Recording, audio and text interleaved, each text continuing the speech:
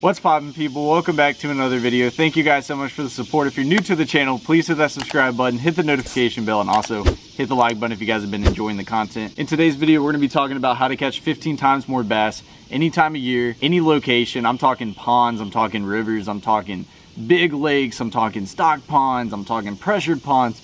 Any fishery, you're gonna be able to catch fish on these techniques. I'm excited to talk about this today because a lot of you guys have been asking about more tip videos, so I was like, you know what, we're gonna hop into one today. We're gonna be talking about a few different rigs and certain ways to fish them, and also color selections. I think that's very important. I know a lot of you guys are probably avid bass fishermen, but there's one thing I figured out about bass fishing, or fishing in general, is there's so much information to learn. Like, you could be one of the most experienced fishermen, Kevin Van Dam for instance, and listen to a random person's video and end up learning some tips just because they might fish differently than you do. So in today's video, we're gonna be talking about a few things that help me catch more fish that I can possibly share with you guys, and you can go out on the water and catch even more fish. So now we're gonna go ahead and rig up on my rod. This is actually a Mock Crush by Luz. This is the older rod, this is the newer reel, the new and improved. You guys, this isn't on the market yet, but let me tell you, this is a bad freaking reel. And by bad, I mean really good. I love the color on it, it's just slick. We'll talk about that in another video. That's not the video to talk about it, but if you guys are wondering what pound line I have, this is 15-pound fluorocarbon. I use between 15 to 20 pound. Me personally, I'm not the biggest fan of 15 because I tend to break off a lot. I like using 17. I'm a big fan of 20 as well if I'm flipping heavy cover, but we'll talk about that in a minute. But I'm gonna get a standard EWG. This is actually a 4/0. These are stout wide gap hooks by 6 cents. If you guys wanted to get a discount, you can. I'll pop my code up on the screen. We'll be talking about some of their products in today's video as well. We're gonna go ahead and tie this up on this rod. And if you guys are wondering what type of knot I rig up, it's a basic uni knot. And if you guys want to learn how to tie this, I actually have a video on my channel. If you just go to YouTube and type in like Kicking Their Bass best fishing knot, you can go watch that video and learn how to tie this knot. But it is proven one of the strongest knots out there. Wet my line, cinch it tight, grab the pliers, cut my tag in. We're gonna be rigging up the first bait, and we're gonna be teaching you how to throw it. This is a very basic bait. Probably all you guys already know about this, but let me tell you, this is a bass fishing slayer right here. And it's very basic. Like I said, it's actually the Zoom Super Fluke. So let's talk about this, and let's talk about how to catch some more fish on it, because like I said, everybody fishes differently. We have some pearl white Zoom Super Flukes right here, and then we have some pearl white Super Flukes right here with the chartreuse tail. So let's talk about this for a minute. Depending on where you're fishing, dirty water, clear water, whatever it is, this is the rules that I live by. Cloudy conditions, clear water, I like to use a basic pearl white fluke. If it's sunny in clear water, they make a color called white ice. It's white on the bottom and it has translucent on the top, and it's got some glitters in it, and it's really sparkly. I like that in on a sunny day in clear water. They seem to eat that a lot better, but that's all in experimentation. When you go out on the water, you're gonna have to figure out what color they want, but cloudy conditions, I like pearl, and then on the sunny days, I like that white ice color. So now let's talk about dirty water, which is today I'm in the rivers. I fish a lot of rivers out here in the Savannah, Georgia area. I'm in South Georgia. There's a lot of dirty water. Now let me tell you, something I've found that's very good out here. A lot of you guys that live around here already know are gonna watch this and go out on the river and try it, but go try it, you'll catch some fish. So this is actually the pearl white fluke with chartreuse on the tail. Let me show you this. In dirty water, I've had a lot of luck with this one. As you guys can tell right there, basic pearl white fluke. And it's just the tail is dipped in chartreuse. Dirty water, this thing slays them, especially if you're in really muddy water. I just seem that I catch a little bit more fish on it. Like I said, you can go with the basic pearl. That's gonna work just, you know, probably just as good. But there's something in the back of my head that tells me they love this little chartreuse one. I just think I catch a lot of fish on it. I don't know if it's something mentally, but previously I've caught a ton of fish on the white and chartreuse and dirty water. That's something to keep in mind. So I'm actually just gonna take one of these pearl white flukes right here. Very basic. We're gonna take my 4/0 EWG. You can also rig this on a 3/0. These are just what I had. I'm very basic when it comes to fishing. So when you rig this thing up, you're gonna stick the hook. You got the fluke right here, you got the hook right here. You're gonna stick the head of the bait through the hook, just like that, okay? Now we're gonna break through the bottom, once it's rigged all the way up right there, just like that. Now we're gonna slide our bait up the hook, as you guys can tell. Once you get to the top, we're gonna rotate the bait where the top is on the top of the hook. We're gonna slide that bait all the way on top of that eyelid right there. Boom, just like that. So now you're free. So this is what you need to do right here to get your bait perfectly weedless. So what I usually do is I'm gonna take my fluke and I'm gonna lay it next to my hook. So you have the front of your hook right here, and you have the back of it right here. Right here, where this back aligns to the bait, that is exactly where you're gonna wanna penetrate the point of the hook. So right here on the end, it aligns right there. So I'm gonna line my bait up. All right, that's where I need to penetrate it. Boom. Penetrate the hook through the bait, just like that. And now what we're gonna do, so you have this little point. Last thing you wanna do is have this out, because at the end of the day, if you're throwing this around some grass, if you're throwing it around laydowns, any type of cover, you're gonna get snagged. So you wanna make this weedless. Now we're gonna push the point of the hook into the bait by bringing the bait up, sticking it into that hook. So right there, you got a weedless fluke right there, weightless and weedless. So this bait is gonna go perfect through any vegetation. It's gonna go through the cover, great as well. And you're not gonna get hooked up. Like I said, if this hook's exposed, you're gonna be hooking all types of cover. You're gonna be hooking that vegetation. You don't wanna deal with that. So you wanna bury that hook in the bait. And that's what's gonna keep it weedless. So this is the rig that we're gonna be using today. What I love about the fluke rig is it's almost a moving bait and a slow moving bait at the same time, because there's multiple different ways you can work it. It's very versatile. You know, when people work a fluke, they think you just throw it out there and you're twitching it back. Some days I want to throw it out there and just leave it there. So let's go ahead and hop up here real quick.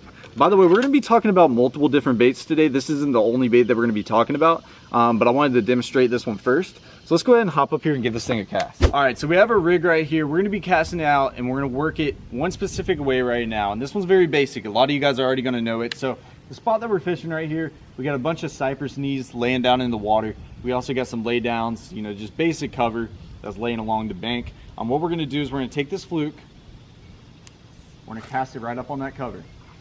Cast it up there, we're gonna twitch it back. So I might give this thing a couple pops. 1, 2, let it pause. 1, 2, 3, let it pause. 1, 2, let it pause.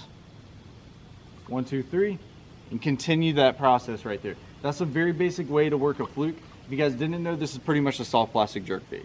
So you can pretty much throw it on any of this cover, throw it out there, hits the water, jerk, jerk, jerk, let it sink. And you can pretty much play with your pause. If you want to pause it for 10 seconds, you can pause it for 10 seconds. If you want to pause it for 2 seconds, you can pause it for 2 seconds. That's what I like about the fluke, and more importantly, that's what I love about fishing, because there's no rules to fishing. So that's a very basic way to work a fluke. All you guys probably already know that fish a fluke, but that's very basic. Now, the way that I started fishing a fluke, especially in tough conditions, right now that you guys are watching this video, you guys might be watching this at a different time of year right now, but when I'm putting this video out, it's summertime right now. It is very hot. There's fish and there's bass, especially largemouth. They love lay downs, they love cover. So what they're gonna do on a hot summer day, especially on a river like this, they're gonna tuck up against that cover. So those lay downs that are in the water, those bass are gonna tuck up right against that in the heat of the day. So it's very important to target those things. So what I'm gonna do is if I target a nice lay down along the bank, I'm like, man, that really looks like there's gonna be a fish there. It's a good piece of cover. What I'm gonna do is I'm gonna take my fluke, I'm gonna toss it out there, and I'm gonna let it hit right next to that cover, and I'm just gonna let it sit. I'm not gonna move it one bit. I'm just gonna let it sit like this. Every once in a while, I kind of barely lift my line just to feel if there's a fish on there. Barely lift my line, maybe pop it a few times, just let it sit. Lift up a little bit, make sure there's not a fish on it, pop it a few times, let it sit. Now I'll be like, all right, there's not a fish there, I'm gonna reel back in. Now there's another lay down, I'm gonna throw that lay down, boom, repeat the process. Let that bait sit there. This is one of the best techniques for when the bass are super finicky, they're not super aggressive, they don't wanna fish anything. That's why I say a fluke is an awesome bait. It's very versatile, because you can't do that with a lot of baits. You know, a lot of the baits you either throw in, you reel in, you can't really do much with it. But with a fluke, you can either jerk it in really fast, or you can actually work it really slow on that cover. And I'm gonna tell you, I don't see many people do that with a fluke, but I'm telling you, throw your fluke out there, let it hit the cover, don't even move it. Just let that thing sit. And if there's a fish on that cover, he's more than likely gonna eat that fluke. And if he doesn't, you move on to the next lay down. So that's one of the best ways that you can work a fluke. It's a very versatile bait. Go out there, give it a shot, throw it out there on some of those lay downs and just let it sit. You know, the average person is gonna throw it out there and start jerking the heck out of that thing. And that is fine. You know, this fish might be a little bit more active that day. They might want to chase something. But let me tell you, next time you're on the water, try out that little technique. Throw your bait out there, just let it sit, dead stick it completely, Check your bait every once in a while. Give it a couple little sporadic pops just in case the bass is nose down at it. I'm telling you, that'll help you catch some more fish. Let's go ahead and talk about the next rig. All right, so we talked about the fluke. We talked about how it can be a great bait to find those bass, you know, work it a little fast, but it can also be a great slow moving bait by just dead sticking that on the cover. Especially in the summertime, those largemouth love wood. They're gonna tuck up against those laydowns. You guys need to try that, I'm telling you. Take that fluke out there and go dead stick it on some cover. Come back to my videos and tell me how many fish you end up catching. So I'm telling you, it can be very deadly. And another bait that would be good for that is also just a standard trick worm. Rig a standard trick worm on a straight shank hook. Do the same thing. Just throw it on cover, dead stick it. Don't even twitch it. Don't move it. You know, people out there throw floating worms. Just throw a regular finesse worm out there on that tree. Don't even move it. You'll catch just as many bass as if you're throwing this fluke.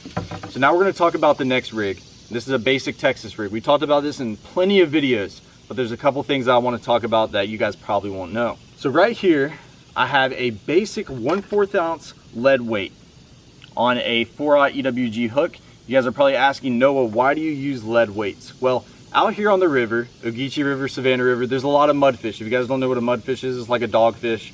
They'll break you off. They have little teeth, and let me tell you, they're aggravating. When you're out here trying to catch bass and those things are just biting the heck out of you, it can get annoying because you'll break off a ton of rigs. Therefore, I use, you know, regular lead weights instead of tungsten because I lose a lot.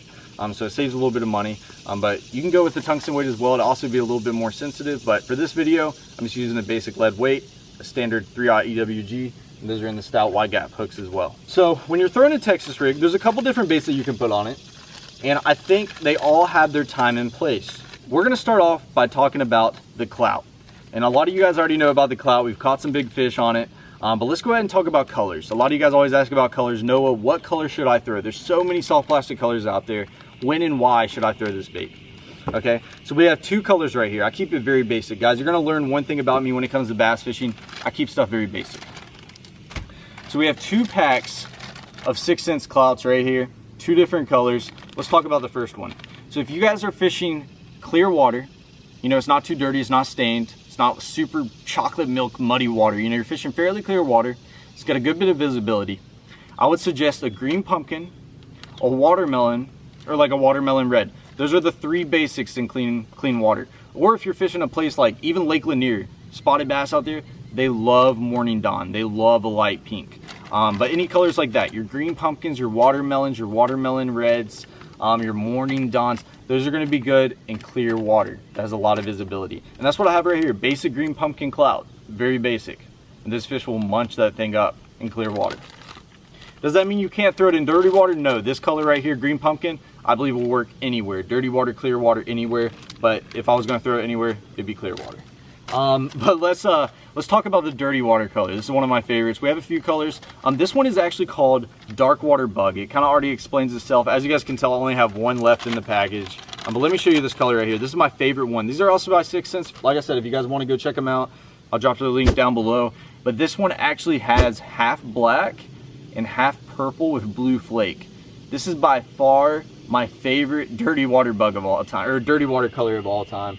I've used it a ton on Texas rigs, and this one right here just catches them out here on the river. This dirty water bug is my favorite color. But what are some other baits for dirty and stained water? Some of the colors I like to live by, you know, June bug is a great color. Great color. I mean, when it comes down to it, if there's a clear water color that everyone knows about, is either watermelon red or it's green pumpkin. And if there's a dirty water color, it's either black and blue or June bug. Those are 2 of the basic dirty water colors.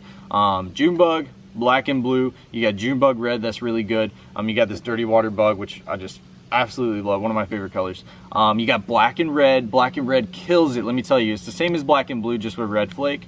And there's a bunch of other darker colors, but dark colors for dirty water. If you're fishing stained water, chocolate milk, use these dark colors. There's actually a color that me and my buddy Bradley love to throw. It's actually called sapphire blue, I want to say. And it's just a bright blue that also works amazing in dirty water. And we've caught a lot of good fish on that. But let's go ahead and rig this bait up. It's going to be basic like the fluke. So we got our EWG hook, we got our Senko. We're going to rig it right through the head of it. Like I said, with the fluke, we're going to pop it through, rig our bait all the way up on top. Boom, just like that. We're going to lay it, figure out where we need to penetrate the hook. Boom. Bury the end of the hook. you got yourself a weedless Senko right there. And then we got our little 1/4 ounce of weight. Boom, right there. And so let's talk about where you want to throw this bait. So this bait's going to be really great around cover. If you're fishing cover, if you're fishing grass, it's going to be great.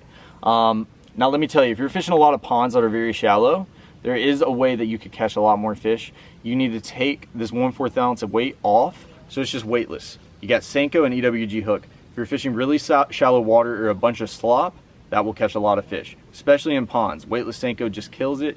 You could also throw a wacky rig that'll catch a lot of fish as well. But if you're fishing cover or deeper water, right there, just put that little bullet weight on there, you're gonna catch a lot of fish.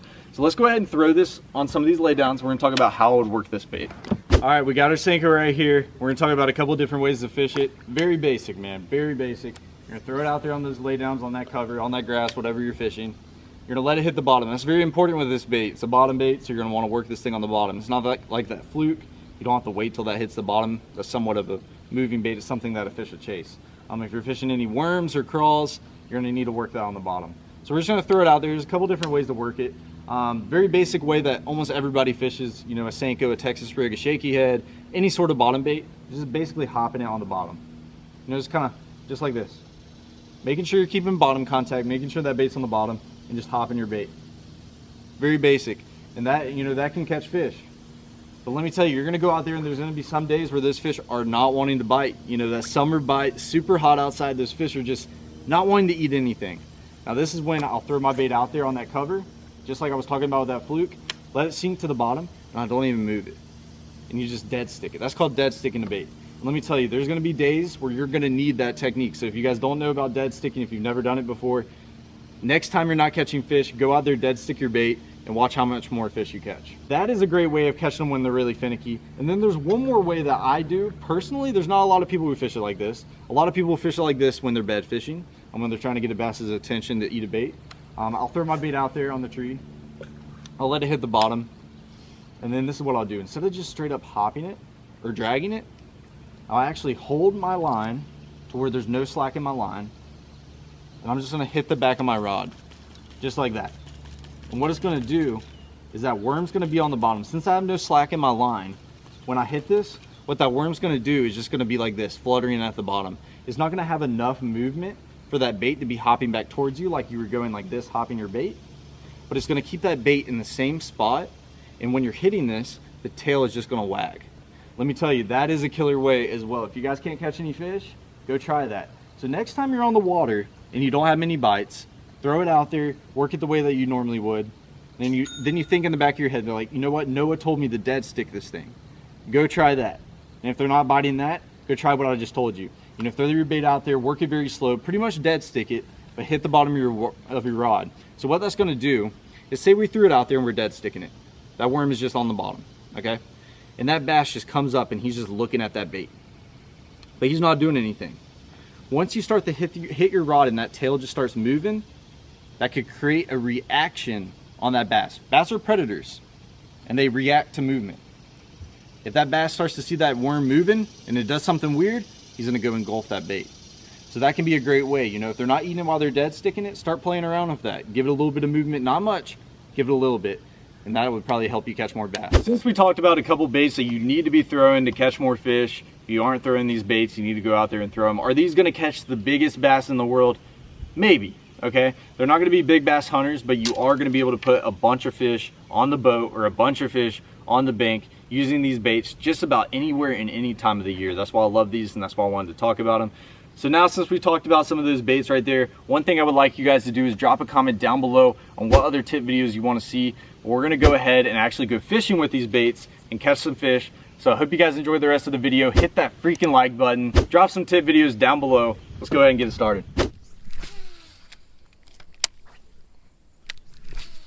Chattered on. Hell yeah. That's not a bad one. That's not a bad one at all. This is it might be. Whoa. What happened? I just lost one at the boat trying to mess with your behind. Mess with my behind? Bro, you just got my whole cheddar band. You could have double up, Bradley. Oh my god. That's a pretty fish though. Look at the colors on them out here. There we go, my first fish, boys and girls, on the fluke. working back in this little creek. See if we can catch some more. That was good. Bradley had a bite at the same exact time and missed him. We got 3 bites right here. Crazy. When they actually eat it. Oh yeah. That's a bass, bro. I skipped right under that tree. That was crazy.